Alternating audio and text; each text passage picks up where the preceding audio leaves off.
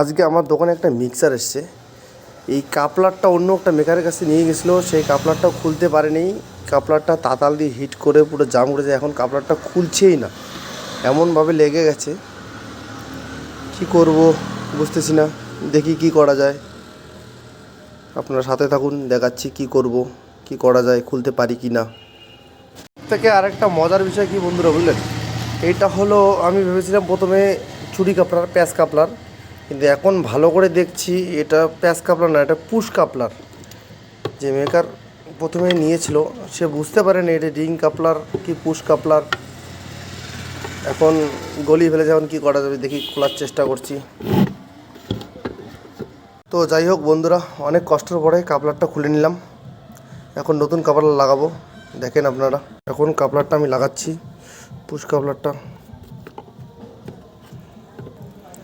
অনেক চেষ্টার পর বন্ধুরা কাপলারটা আমি লাগিয়ে ফেললাম। দেখেন মোটরটা অনেক জাম আছে, আমি এখন এটাকে ফ্রি করব। তো দেখা হচ্ছে নেক্সট ভিডিওয়।